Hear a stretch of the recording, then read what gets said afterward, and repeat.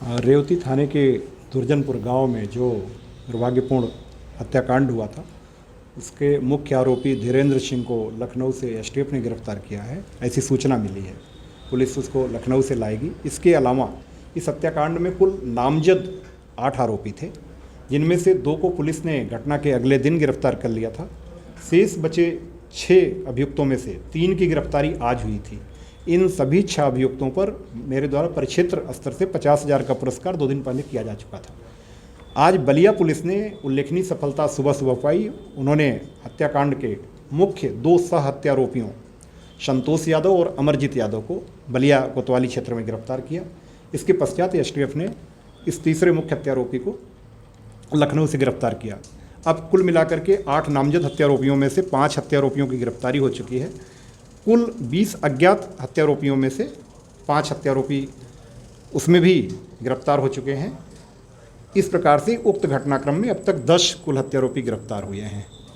Police सुनिश्चित करेगी कि उक्त सभी हत्यारोपियों पर, जिनमें मुख्य हत्यारोपी मुख्य रूप से शामिल है, उनके ऊपर गैंगस्टर अधिनियम की कार्रवाई की जाए। गैंगस्टर अधिनियम के अंतर्गत धारा 14(1) की कार्रवाई, जिसमें अवैध रूप से अर्जित परिसंपत्ति कुर्क की जाती है, उसकी भी कार्रवाई इन आरोपियों की जाए।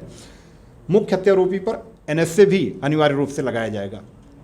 ठीक है। जो मुख्य आरोपी आखिर वो जिस तरीके से बलिया पुलिस पिछले 3 दिनों से उसे ढूंढ रही थी, कैसे वो लखनऊ तक पहुंचा, इसकी कुछ जानकारी? ये तो बहुत स्पष्ट सी बात है कि मुख्य हत्यारोपी के नीचे की जमीन इतनी गर्म थी कि वो भाग रहा था बार बार।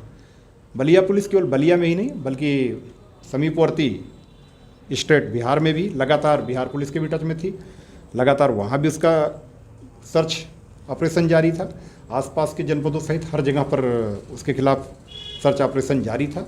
वो लगातार भागा फिर रहा था और इसी कड़ी में उसकी गिरफ्तारी हुई। मैं फिर से इंश्योर करना चाहूँगा कि पुलिस ने इतना दबाव लगातार जो बनाए रखा है, उसी का परिणाम है कि अभी 5-8 में से गिरफ्तार हो चुके हैं। बाकी 3 भी आज शाम तक गिरफ्तार हो जाएंगे, ये मैं आपको विश्वास करता हूँ। धीरेंद्र जी, उसकी क्या कोई आपराधिक छवि वाला व्यक्ति था, क्या था, उसका कोई आपराधिक इतिहास भी रहा है? मुख्य हत्यारोपी धीरेंद्र का एक को उसने फ़ोन पर धमकियां दी हैं।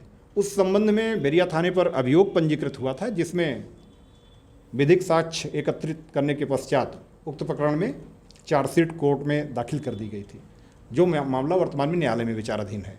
इससे स्पष्ट है कि ये व्यक्ति दबंग प्रवृत्ति का था। निश्चित रूप से अब इसकी पीछे की आपराधिक गतिविधियों सहित वर्तमान घटनाक्रम सहित सारे तथ्यों को देखते हुए ऐसी नजीर वाली कार्रवाई की जाएगी कि भविष्य में दूसरे लोग इससे नसीहत लेकर के अपराध कारित करने की संभावना से सोच करके भी कांप उठें। तो सर, क्या उसे आज बलिया लाया जाएगा? बलिया को बलिया पुलिस उसको लेने के लिए निकल चुकी है।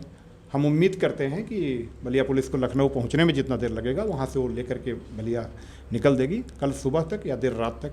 तो उसकी यहाँ पर सुरक्षा के तौर पर क्या व्यवस्था की जाएगी, क्योंकि रास्ते में जिस तरीके की लंबी दूरी है? इसके लिए आप निश्चिंत रहिए, कोई दिक्कत नहीं होगी।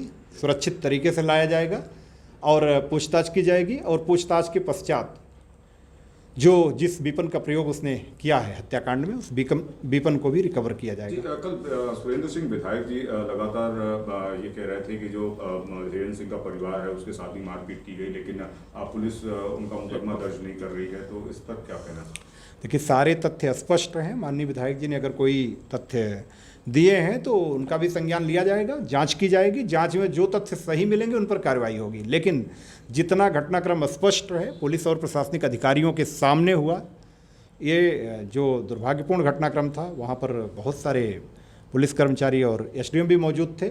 उन्होंने भी अपने बयान दिए हैं।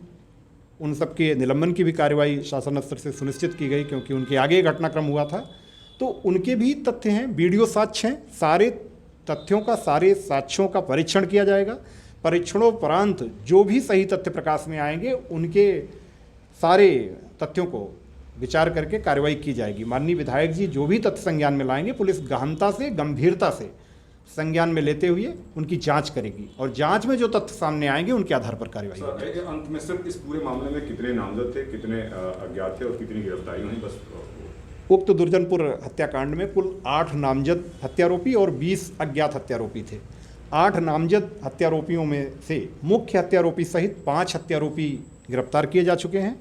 20 अज्ञात हत्यारोपियों में से 5 अज्ञात हत्यारोपी सुसंगत साक्ष्यों के आधार पर, वीडियो साक्ष्य के आधार पर गिरफ्तार किए जा चुके हैं। इस प्रकार से कुल 10 हत्यारोपी अब तक गिरफ्तार हो चुके हैं।